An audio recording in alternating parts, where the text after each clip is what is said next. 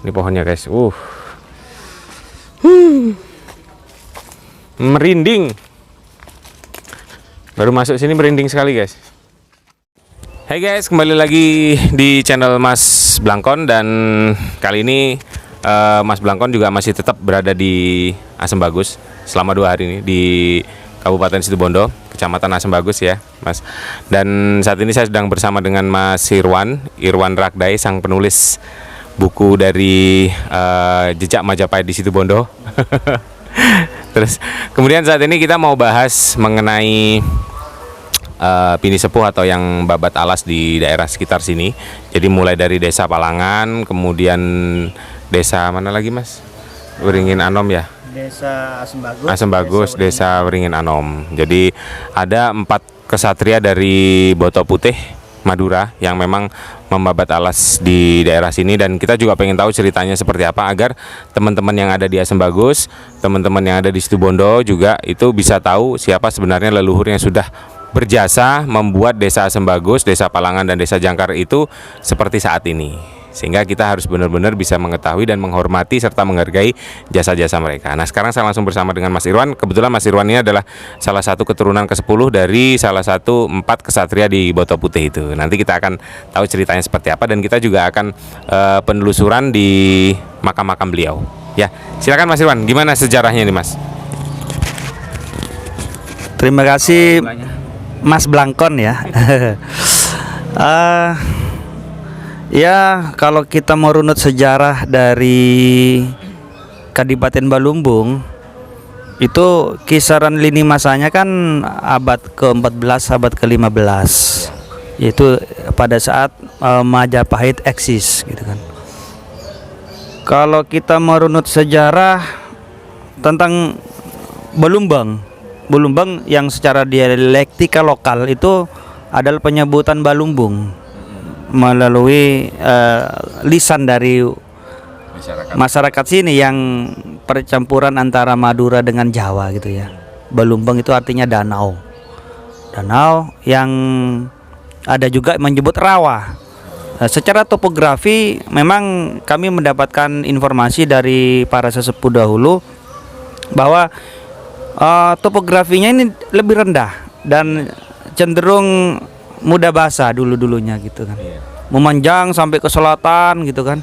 Bahkan ada mata air terakhir di perbatasan Desa Perante itu ya. Dengan itu mata air tersebut diyakini dan dipercaya oleh masyarakat setempat bahwa itu adalah mata air terakhir dari Balumbang yang dimaksud tersebut gitu.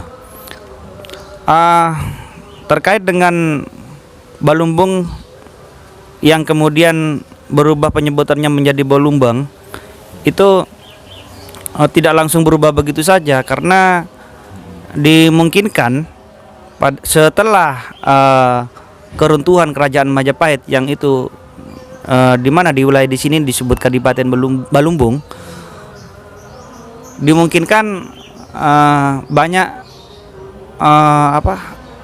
area-area hutan yang masih belum terbabat dan belum ada hunian. Kemudian dalam catatan Muhammad Darun di dalam makalahnya Sejarah dan Budaya Asem Bagus, Kecamatan Asem Bagus tahun 1984 menyebutkan bahwa 4 kesatria Boto Putih dari Kerajaan Sumenep, Madura itu berlabuh melalui Palabuhan Agel Jangkar. Mereka adalah Raden Anggareksa, Raden Anggawiguna, Raden Kertajaya, dan Raden Kertabana. Keempat ini diyakini bersaudara dan kemudian membuka hutan, membuka lahan permukiman baru dari Desa Palangan sampai kemudian ke timur ke Desa Weringin yang ada di Kecamatan Asem Bagus. Kalau Desa Palangan sendiri ada di Kecamatan Jangkar ya, Mas. Itu terjadi tahun 1564 Masehi, artinya abad ke-16 ya, begitu Mas. Untuk saya sendiri nih kebetulan adalah keturunan ke-10 dari Raden Anggawiguna. Jadi di pekarangan rumah saya ini di belakang ini ada makam, itu makam Raden Anggaraksa dan keturunan dari Raden Anggawiguna. Sedangkan Raden Anggawiguna sendiri makamnya ada di Desa Palangan, Kecamatan Jangkar, begitu Mas. Kalau untuk mungkin Mas pernah tahu gimana kisah-kisah dari seseorang itu kenapa kok sampai babat ke sini? Apakah memang terjadi peperangan atau gimana kok bisa sampai mendarat dan kemudian menetap di wilayah Asem Bagus ini, Mas? Mungkin bisa diceritakan. Ya, sebagaimana yang tertulis di dalam catatan Muhammad Darun, itu yang mengambil data atau sumber informasi dari sesepuh juga yang diwawancarai, memang bersifat tutur ya, karena kalau dalam ilmiahnya ini sumbernya bisa dikatakan sumber sekunder sebenarnya. Cuman itulah satu-satunya sumber yang kita jadikan rujukan sambil kita terus berjalan untuk menelusuri runutan sejarah secara ilmiah, karena sejarah itu kan tidak titik ya, tapi koma gitu ya. Ada koma lagi, dinamis gitu Mas untuk penggalian datanya. Di situ dituliskan bahwa ada peperangan antara kerajaan dari Bali dengan kerajaan Sumenep. Singkat cerita, peperangan itu terjadi di Selat Madura dan kemudian memaksa dan dalam kutip 4 kesatria tersebut untuk berlabuh di pelabuhan Agel itu, dan kemudian merangsek ke pedalaman dan membuka lahan karena situasinya sudah usai perang begitu Mas.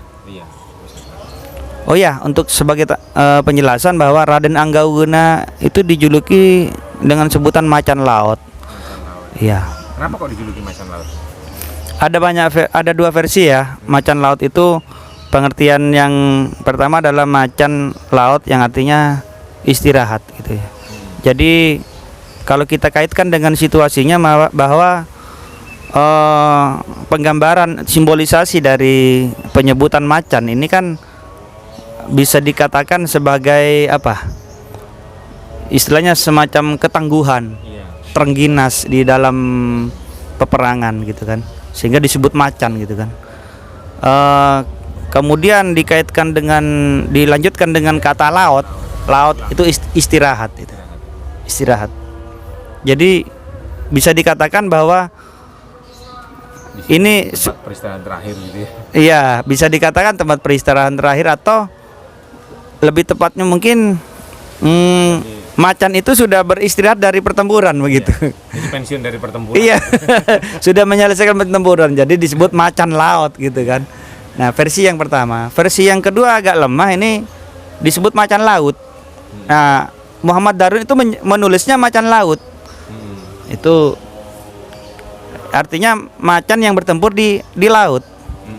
Nah, karena pertempurannya memang di Selat Madura ya, di laut. Begitu, Mas. Kalau dalam segi sejarah itu ada nggak data-data premier yang kira-kira itu dari sebuah serat atau apa yang menyebutkan memang Ksatria Boto Putih yang datang kemari itu ada, Mas? Itu belum kami dapatkan, Mas. Untuk sumber primernya itu ya. Jadi kalau Balumbung kan ada di dalam negara Kertagama. Iya, benar. Kalau untuk Balumbung di abad 14-15 itu sumber primernya dari kitab Negara Kertagama yang dikeluarkan 1365 gitu. Jadi masih Empu Prapanca itu masih hidup bahkan saat itu, bahkan mendampingi perjalanan Prabu Hayam Wuruk, mencatat semuanya itu di dalam Desa Warnana atau Negara Kertagama. Nah, Balumbung itu kemudian kita korelasikan dengan informasi Balumbang yang secara toponimi ini tidak jauh berbeda, Balumbung, Balumbang. Itu yang kita dapatkan, dan ada lagi petunjuk dari eksistensi Agel yang saya sebut tadi, ada Palabuhan Agel, ya. Di situ ada batu bertulis angka tahunnya 1473 Masehi. Itu sebuah prasasti juga ya. Iya, kalau sakanya angkanya 1395 Saka. Jadi 1473 Masehinya. Jadi di masa itu sudah ada peradaban yang ditujukan dari prasasti itu ya, sebagai sumber primer temuan arkeologis yang menjelaskan tentang keberadaan sebuah sima di sana. Dalam peta Portugis di situ disebut Sidapurna. Itu Sidapurna. Nah, kalau menurut Mas Irwan sendiri pernah nggak ada cerita, istilahnya cerita yang menunjukkan tentang kehebatan dan kelebihan dari masing-masing 4 kesatria ini, Mas? Ya, kalau tutur yang berkembang di masyarakat memang bermacam-macam, Mas ya. Untuk Raden Kertajaya ya, Raden Kertajaya ini yang makamnya ada di Desa Wringin Anom, Kecamatan Asembagus, itu pernah memiliki harimau yang jinak, yang bisa istilahnya diperintah begitu ya. Jadi mungkin karena linuihnya begitu, sehingga bisa memerintahkan harimau piratnya yang diberi nama Sekasor.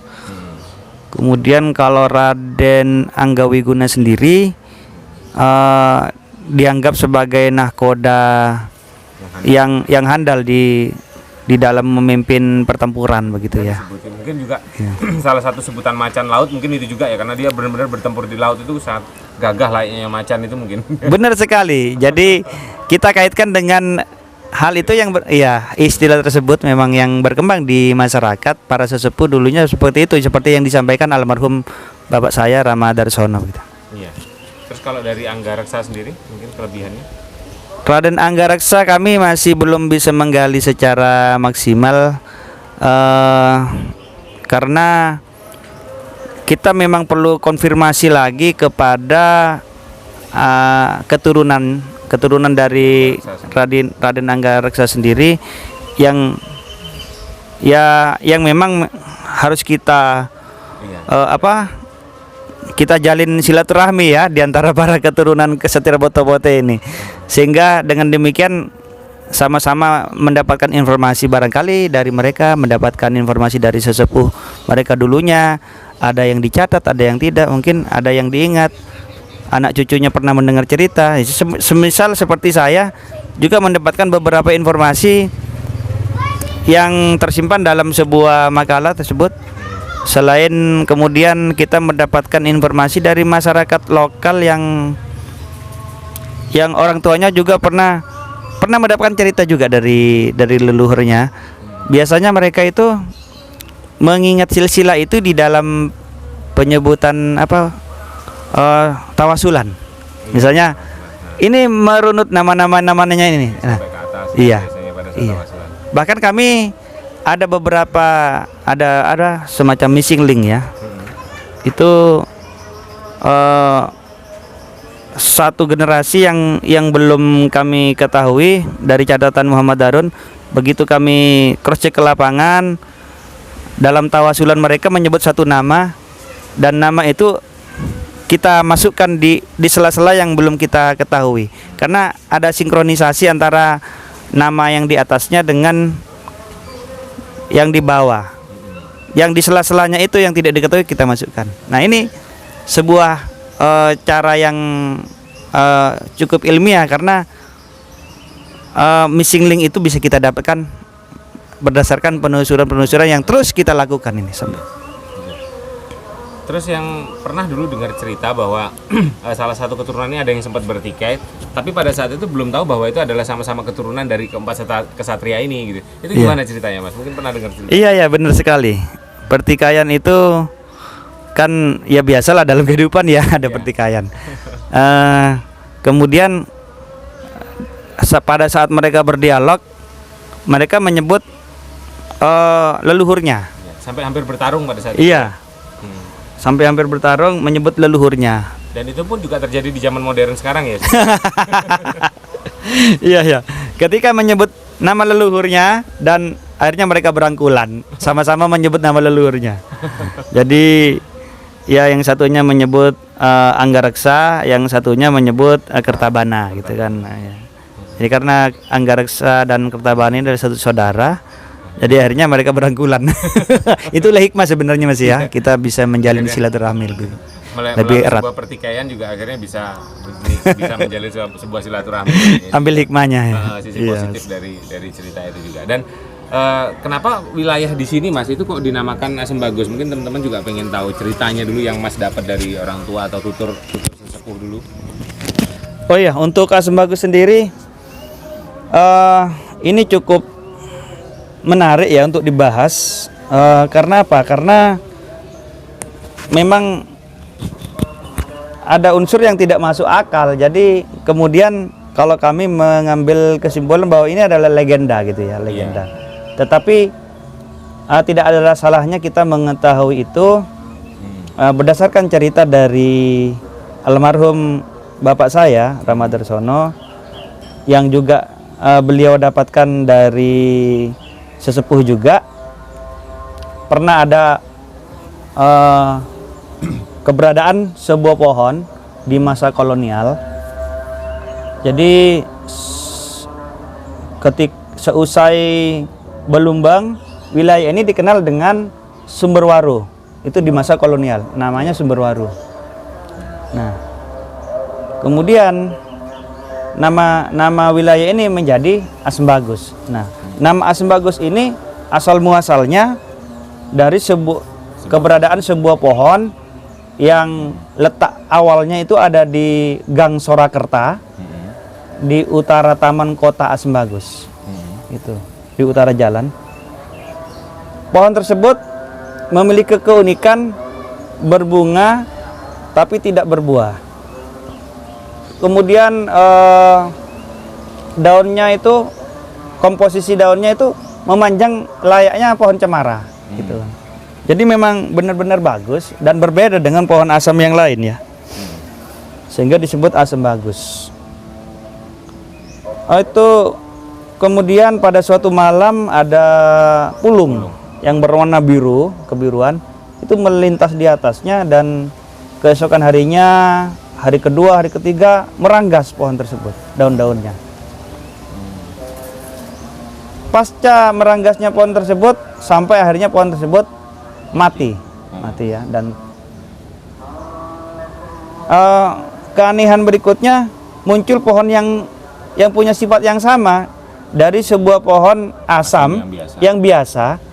Setelah dilewati pulung, itu berubah menjadi sifat seperti pohon asam yang pertama. Memanjang ke atas, daunnya kecil-kecil, dan buahnya tidak berbuah tapi berbunga saja gitu. Loh, akhirnya ada asumsi bahwa ini adalah pohon asam yang kedua. Itu letaknya di utara perumahan pabrik gula, utara jalan situ. Kemudian terjadi lagi hal yang sama, itu meranggas juga. Kejadiannya sama. Dilewati pulung juga. Ini dilewati pulung juga. Disebut pohon Asem Bagus yang ketiga, yaitu letaknya di perbatasan Jalan Pantura, jalan provinsi. Di Curakalak ada jembatan. Iya, jembatan. Ada, iya. Ke timur sebelum itu desa ya jembatannya itu ya. Terus ada batas desa itu kan. Batas desa ya, pertigaan itu Mas. Nah, di utara jalannya. Itu dulunya ada pohon asam yang ketiga. Terjadi lagi sama. Akhirnya muncul pohon yang keempat di posisinya di utara jalan. Juga di utara jalan, di utara Polsek Asem Bagus. Polsek Asem Bagus. Karena masyarakat tidak menginginkan pohon tersebut mati sebagaimana pohon yang lain yang sebelumnya, gitu. Ada yang menyarankan diberi ini apa? Kayu Palembang. Pagar kayu Palembang. Akhirnya cenderung bertahan, Mas. Itu cenderung bertahan lebih lama gitu ya. Nah, Karena cenderung bertahan lebih lama, mungkin sudah waktunya pohon tersebut tidak berpindah lagi gitu. Iya. Cuma Terjadi badai. iya, cuma sayangnya kemudian terjadi badai, pohon tersebut tumbang. Pohon tersebut tumbang dan tidak ada tanda-tanda pulung dan semacamnya lagi. Yang mengakibat tumbuh baru itu tidak ada Iya, lagi berarti. tidak ada lagi. Sehingga disitulah akhir dari perjalanan pohon asam bagus yang dalam tanda kutip berpindah-pindah gitu. Iya. Nah, itu mungkin ada makna tersendiri nggak mas setelah tumbangnya pohon asam bagus yang terakhir itu? Apakah ada bencana atau gimana di daerah asam bagus pada saat itu? Dari cerita almarhum bapak saya, dulunya di sini sering banjir ya, Iya. sering banjir. Jadi karena yang saya sebutkan tadi memang topografi itu lebih rendah dari wilayah di luar wilayah ini asam bagus itu. Jadi mungkin itu yang menyebabkan banyaknya permukiman itu yang apa istilahnya tidak berlangsung lama di kala itu ya. Iya. Terbukti bahwa penamaan Balumbung itu adalah danau. Otomatis kan yang namanya danau atau rawa itu kan tanahnya lebih Iya. posisinya lebih di bawah gitu kan daripada tanah yang lain gitu. Ya hanya seperti itu. Untuk cerita di empat Iya. kesatria itu ya mas. Oh iya mas, perlu saya jelaskan lagi ya versi lain ya dari asam bagus. Itu ada seorang pengembara itu meninggal dalam keadaan bagus katanya. Iya. Di bawah pohon asam mungkin. Iya, dia tidak sakit, ya kan? Tidak sakit, tidak mengalami gejala-gejala apa, dia duduk di situ, kemudian meringkukkan tubuhnya itu, tangannya begini, bersedekap, seolah-olah dia menyambut kematian gitu kan. Iya. Akhirnya dia itu meninggal dalam keadaan bagus gitu kan, sehingga disebut asam bagus. Ini versi yang kedua. Iya. Bahkan pohonnya di mana? Kalau yang ya pohon kebetulan di pohon yang pertama itu. Oh, di pohon yang pertama. Iya. Tapi ini saya sebutkan lagi. Jadi saya perlu menyebutkan beberapa versi agar kita kembalikan lagi kepada masyarakat. Iya. Artinya bukan saya mengklaim ini yang paling benar ceritanya, enggak. Saya nggak mungkin menghukumi seperti itu. Itu ada yang menyebutkan yang letaknya di Pasar Asam Bagus sekarang, di utara jalan juga. Kemudian jenazahnya itu dimakamkan di sekitar SD Asam Bagus 1, dimakamkan di sana jenazahnya. Tapi kita sampai saat ini belum pernah mendengar petunjuk atau mengetahui petunjuk itu posisi persisnya di mana, atau mungkin ada semacam tanda, tidak ada. Kami belum mendapatkan itu. Gitu. Iya. Terus kira-kira mas dari rentetan cerita dari Kesatria Boto Putih itu ada hikmah nggak atau nilai-nilai luhur nggak yang bisa kita ambil dan mungkin bisa kita sampaikan juga sama teman-teman yang ada di Asam Bagus ini agar nanti nilai-nilai ini bisa berguna buat teman-teman semua dan bisa membangun Asam Bagus ini atau Situbondo juga dalam kondisi yang jauh lebih baik lagi. Itu kira-kira apa yang bisa kita tangkap? Iya. Termasuk mungkin nilai-nilai luhur dari zaman zaman Balumbung juga ya, rentetannya dari Balumbung sampai dengan cerita dari Kesatria Boto Putih ini. Iya. Kita sebagai generasi penerus, sebagai anak turunan dari para pendahulu yang pernah membabat alas di sini, termasuk juga masyarakat yang hidup dan tinggal, makan dan minum di tanah leluhur ini, tentunya harus memiliki komitmen bagaimana menjaga marwah dari para pendahulu kita yang telah memberikan jasanya, mengorbankan seluruh waktu dan baik juga harta ya, sehingga membuat wilayah ini bisa seperti saat ini. Karena hal itu wajib kita syukuri. Jadi bentuk rasa syukur itu adalah bagaimana kita membangkitkan spirit, membangun wilayah ini tidak tertinggal sebagaimana wilayah-wilayah yang lain yang terbengkalai gitu kan. Jadi benar-benar kita bangun dan kita tingkatkan kondusivitas, kebersamaan, persaudaraan, kekeluargaan, persatuan gitu kan, gotong royong. Jadi kalau dulu kan membabat hutan tidak mungkin sendirian gitu Mas ya. Disitulah kita bisa memetik bahwa kita ibarat sapu lidi untuk membersihkan halaman, menyapu yang kotor kan harus seperti sapu lidi yang diikat bersama. Jadi seperti itu hikmahnya Mas. Kalau kita memetik dari apa yang telah dilakukan para pendahulu kita. Ya, oke. Ya, saya pinjam ini.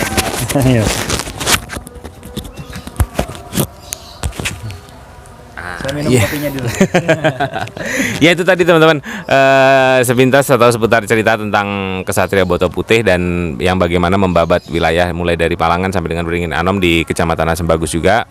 Dan kita bisa mengambil nilai-nilai luhur yang ada dari sebuah cerita itu. Tentunya yang pertama adalah kerja sama tim, karena membangun sebuah desa atau membabat sebuah desa itu tidak mungkin sendiri. Jadi perlu gotong royong yang kuat, kerukunan. Jadi tidak perlu membeda-bedakan ras ya, sara jangan sampai dibeda-bedain. Semua kita tetap satu untuk bisa membangun Kecamatan Asem Bagus dan wilayah Kabupaten Situbondo terutama yang harus bersinergi dengan masyarakat tentunya. Jangan hanya memikirkan kepentingan pribadi, tapi kita pikirkan bagaimana membangun Kabupaten Situbondo untuk untuk kesejahteraan bersama, sehingga kalau masing-masing sudah sejahtera pasti akan tercipta suatu kondusif dan damai tentunya Mas. Ya. Jadi seperti itu nilai-nilai luhur yang bisa kita dapat. Makanya dari itu adalah satu pesannya adalah jas merah, jangan pernah melupakan sejarah, karena mengingat bangsa kita adalah bangsa yang besar, banyak nilai-nilai yang bisa kita ambil itu dari para pendahulu-pendahulu kita yang bisa kita terapkan nanti di dalam kehidupan kita saat ini, sehingga kita akan bisa membangun bangsa ini jauh lebih maju lagi, terutama di anak-anak muda ya. Sekian dari Mas Blangkon, sampai ketemu di video-video berikutnya. Salam Balumbung dan salam Rahayu. Kita menuju makam Kertajaya ya? Iya, betul. Tapi terhalang oleh sound the ship. Waduh, tidak bisa ngelawan nih. Ini mau presiden lewat juga diem nih. Kalau sound the ship lewat nih. Ngalah. Malah nih, daripada mobil berat semua. Sound the ship lewat. Ya guys, sekarang kita menelusuri jejak leluhur. Jadi ini adalah makam dari Kertajaya. Jadi salah satu kesatria sang babat alas Desa Asem Bagus. Jadi kalau di sini tulisannya Kerto Wijoyo Laksono. Nah, nanti kita coba masuk ke dalam ya. Itu sih tempatnya. Tuh. Itu dia. Ya. Oke. Sekarang kita udah sampai. Yuk, kita masuk. Kita berada di makam Raden Kerto Wijoyo Laksono. Jadi ini adalah salah satu babat alas dari Desa Asem Bagus. Kan ada 4. Jadi panggilannya apa di sini Pak? Kertobono, Kertabana, Kertajaya. Di Raden Kertajaya. Jadi ada Raden Kertajaya, Raden Kertabana, ya Mas ya. Terus Angga Reksa dan Angga Wiguna. Nah ini salah satunya ini. Ya, ini makamnya guys. Ini abad keberapa Mas? Tahun 1500-an. Jadi abad ke-15, cuman ini sudah dipugar. Tempatnya sudah dipugar jadi seperti ini. Oke. Tetap berada di makam beliau, berada di area persawahan. Ini pohonnya pohon asam ya? Pohon apa? Oh, pohon kesambi ya.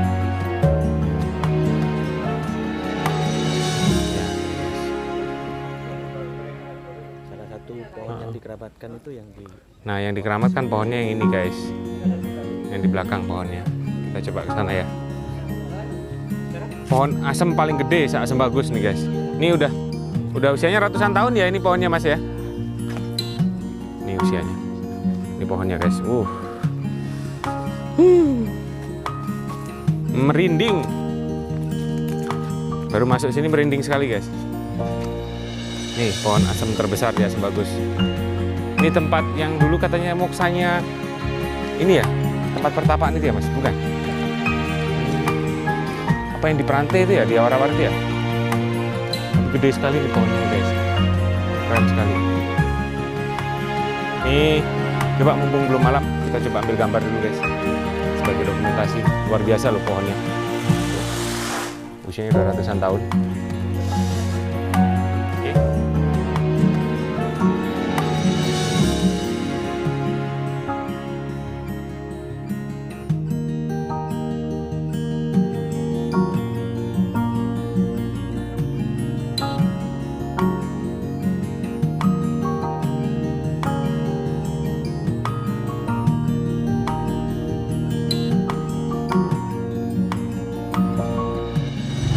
Guys, ini adalah perjalanan menuju petilasan atau makam dari Raden Anggawiguna. Jadi kita harus ngelewatin sawah, ngelewatin kebun tebu. Hanya bisa dilewati dengan sepeda motor. Ya, ini tempatnya. Ya guys, kita udah berada di areal pemakaman. Jadi ada di pemakaman umum yang ada di Desa Palangan, Kecamatan Jangkar. Jadi makam dari Raden Anggawiguna atau salah satu pini sepuh yang babat alas Asembagus itu ada di sini. Ya. Banyak juga di sini makam-makam kuno. Ini juga makam kuno. Nah, ini juga salah satu makam kuno. Nah, kita coba ke makam Raden Anggawiguna. Ternyata di tengah sawah ini ada areal pemakaman. Anginnya kencang sekali. Cuman di sini susahnya nggak ada keterangan di mana makam Anggawiguna. Cuman kalau dilihat dari banyaknya sesajen, itu kayaknya ini makamnya. Ini adalah makam keluarga juga karena di sini ada keterangan nama Raden. Ada Raden Gaib, Raden Baroto, Haji Raden Muhammad Sukanto, Hajah Sundia. Ini mungkin juga makam dari keluarga itu juga ya. Dan untuk makamnya Raden Anggawiguna itu kayaknya dilihat dari strukturnya ini guys. Karena banyaknya tempat, biasanya orang-orang berwiritan di sini kalau malam.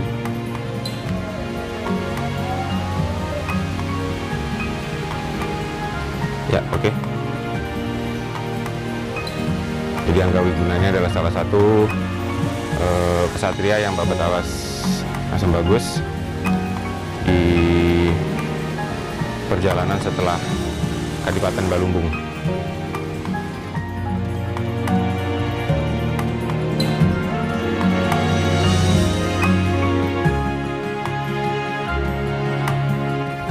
Oke guys, sekarang kita menuju perjalanan ke makam Anggareksa, Raden Anggareksa. Ini kita masih cari makamnya karena sudah ada beberapa makam yang rusak, jadinya agak kesulitan kita mencari.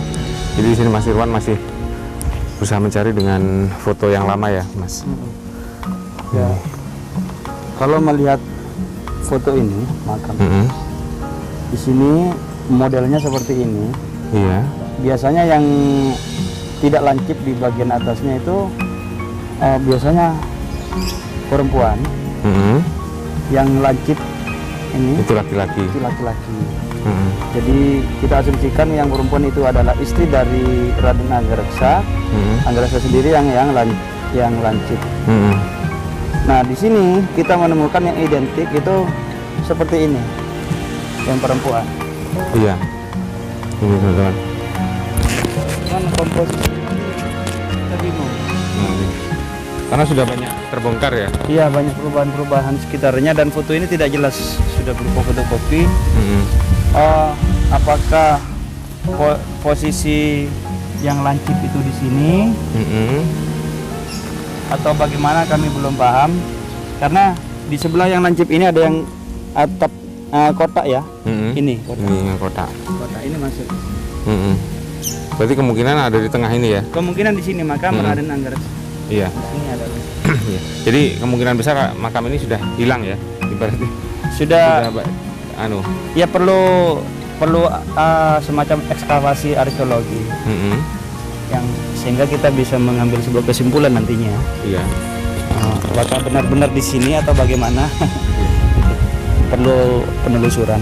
Yang pasti dari keterangan catatan Muhammad Darun dalam makalah Sejarah dan Budaya Kecamatan Asembagus tahun 1984 menyebutkan berada di sebelah tembok keluarga Surokerto. Nah, di sini ada tembok. Nah, maksudnya tembok makam ya, ini maksudnya. Ini tembok makam keluarga Surokerto. Jadi di sini adalah keturunan dari Raden Anggawiguna. Ini makam Agung Tunggul Angin julukannya atau Kertawijaya. Kertawijaya itu adalah keturunan Raden Anggawiguna. Biar lebih otentik ya, saya perlihatkan.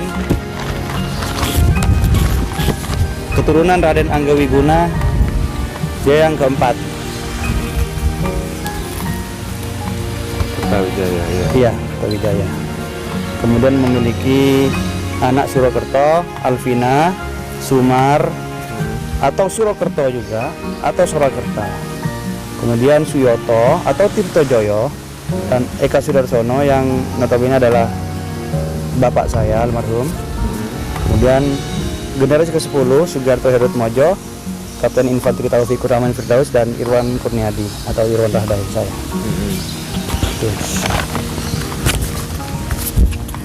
Itu memang agak sedikit kesulitan kita juga nyarinya. Sama halnya dengan makamnya Kertabana ya. Kalau Kertabana sama sekali kita kesulitan. Kehilangan jejak. Ya? Iya, kehilangan jejak. Kalau ya Anggawiguna dan Kertajaya saja yang sementara yang bisa kita ungkap. yang bisa kita ungkap. Untuk analisa butuh lebih mendalam lagi. Penelitiannya. Apakah benar-benar yang ini atau bukan ya perlu penelitian lagi lah, nanti kita flurkan begitu ada petunjuk-petunjuk ya. Ya, sekian guys penelusuran kita. Jadi kalau mungkin dari awal sudah ada pelestarian, tentunya makam-makam ini seperti tidak akan hilang atau tidak akan kita sampai kehilangan jejak. Maka dari itu sebenarnya kenapa dari kita perlu untuk perlu untuk melestarikan dan juga mengenal leluhur kita agar kita nggak kehilangan jati diri kita gitu ya.